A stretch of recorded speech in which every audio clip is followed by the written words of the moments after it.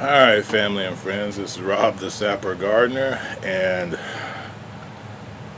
I'm taking a lesson from our friend LF73's playbook. He has been preaching to be prepared, and part of being prepared is using your preps. It doesn't matter how much canned goods, dry goods, camp stoves, it doesn't matter what you're getting if you don't know how to use it or how to use it appropriately. And one thing that I am guilty of is getting a bunch of stuff, sitting it on a shelf and not using it. And one of the things that I need to use more is our rocket stove. Got it, used it one time, boxed it back up, and it's been sitting in that box for a few years. So what I'm going to do is take the boys out and we're going to fire up our rocket stove, because practice makes perfect, and we need to use our preps and make sure that we keep in practice. Alright, so I'm out here with the Sapper boys and Sapper Pup Maggie, and we were going to start our fire with our magnifying glass, but the sky got overcast, so we're going to do it even more old-fashioned way, flint and steel. So you can use lots of things to start the fire in your rocket stove. We're going to light up some dryer lint, and then we've got some scrap wood that we're going to use to get our fire started. So let me sit you down and hopefully get it started.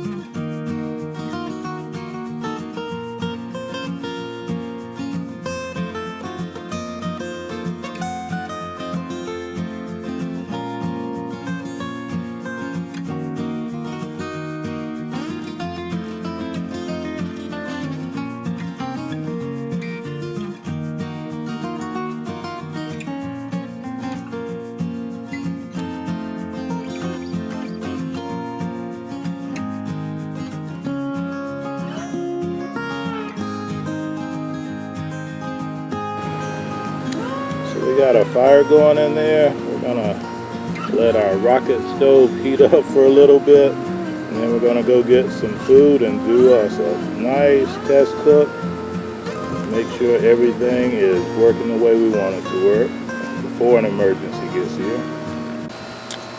So we don't have a nice outdoor cooking area like our friends Cheryl and Chris at Back to Our Roots Homestead, so you're gonna hear our AC going throughout the video, but hopefully you can hear us okay. Our rocket stove is heated up. We have our cast iron pan on it, heating up now, and just like with grilling, we want to make sure we let our pan get nice and hot before we start putting our food in it. That way we don't have to worry about anything sticking too much to the pan. And we're just really doing a test cook today. The boys are asking when we can cook meals, and we may do that, but we'll probably do a combination rocket stove and our flat griddle pan over our fire pit when we decide we want to do a full meal. So just for today, we're gonna have a light test meal. We've got some steak that we cooked. We got some smoked sausage left over from our barbecue this weekend, and we're gonna throw an egg on there just to see how well our pan cooks everything up. So our pan is nice and hot, and we don't really need it for the non-stickness, but we added a little bit of butter just to give our food a little extra taste as we heat it up. So another thing the butter or the oil does, it helps give you a good sense of when your pan is hot enough. When you see that bubbling, you know you got good heat on there. So all our meats are pre-done. We're actually going to throw a little rice in here, and then we're going to cook an egg. We know our pan is sloped slightly down that way, so we're going to drop our egg there, scramble it real quick, flip our meat one more time. Yeah, I said that. And then we're going in.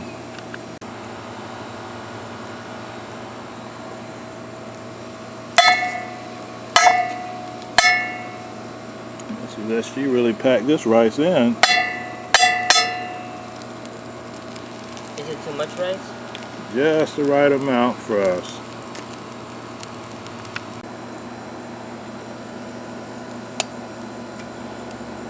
And unfortunately, this egg is not from our chickens.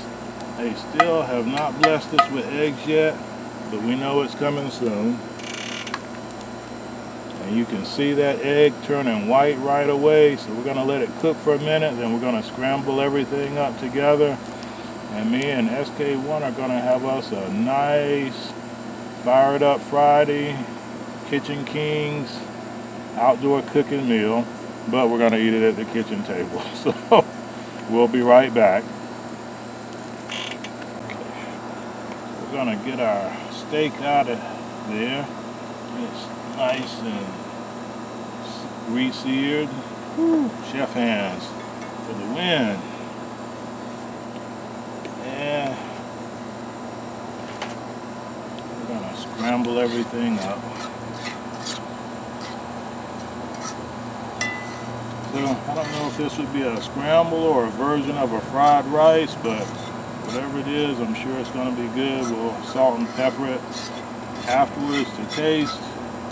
Maybe sprinkle some cilantro in it from our garden.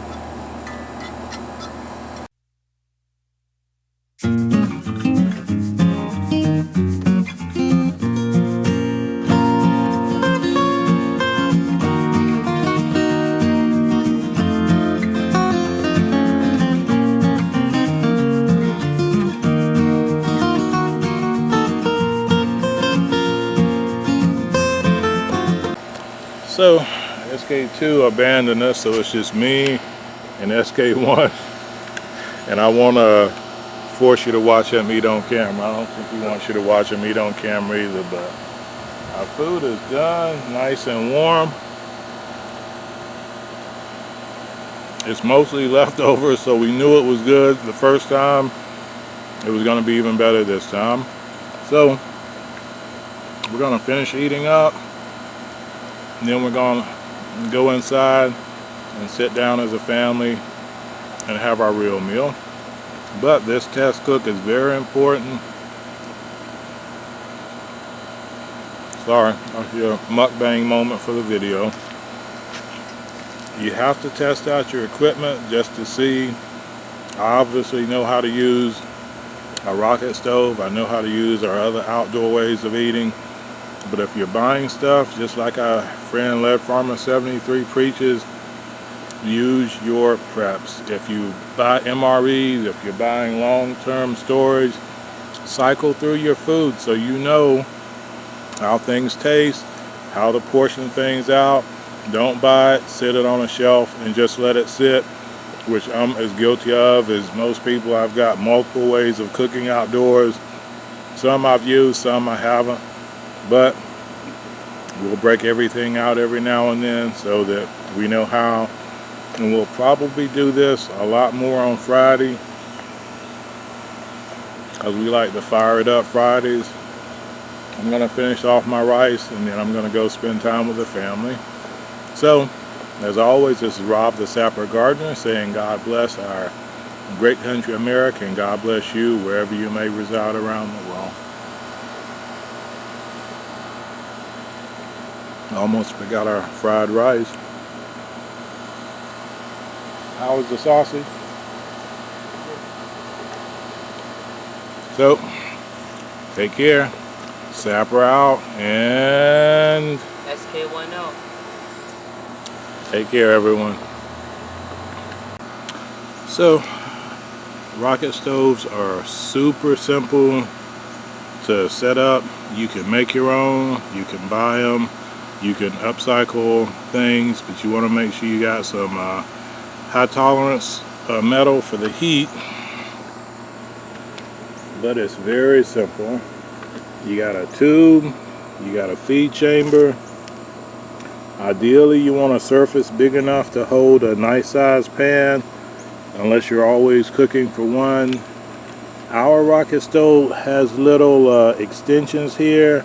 Some come with a crossbar piece, or you can just get a metal grate to put on there, but you just want something to help keep your pan balanced. Some have short welded skids. Ours has metal screws in the bottom to keep it elevated, and if you can see in there, there's holes almost like a grate in the bottom so that you get more airflow and some of your ashes can drop out. You could do this on the ground. We like to put a pan up under ours because we do collect ashes, even though it won't be a lot left from this, but we do collect ashes to add into our garden. And ours has a handle on the back, a couple of handles on the back, one for carrying it normally, one for not. If you're in a rush, make sure you got a glove or something so you can pick it up. We're not in a rush, but we're going to make sure all our fires, our embers are died down. And one thing we do, which we would suggest for anybody else using any kind of fire, especially as hot as it is and dry, make sure you keep some water or a fire extinguisher with you, just in case any embers blow and smolder. And you know, like Smokey says, only you can prevent forest fire. So really simple contraption. We'll show other ways that we cook off grid, even though we're very close to the grid right here. So yeah, very simple. And for some reason, and my son SK1 just said, everything tastes better when we cook it and eat it outside, and I agree with him.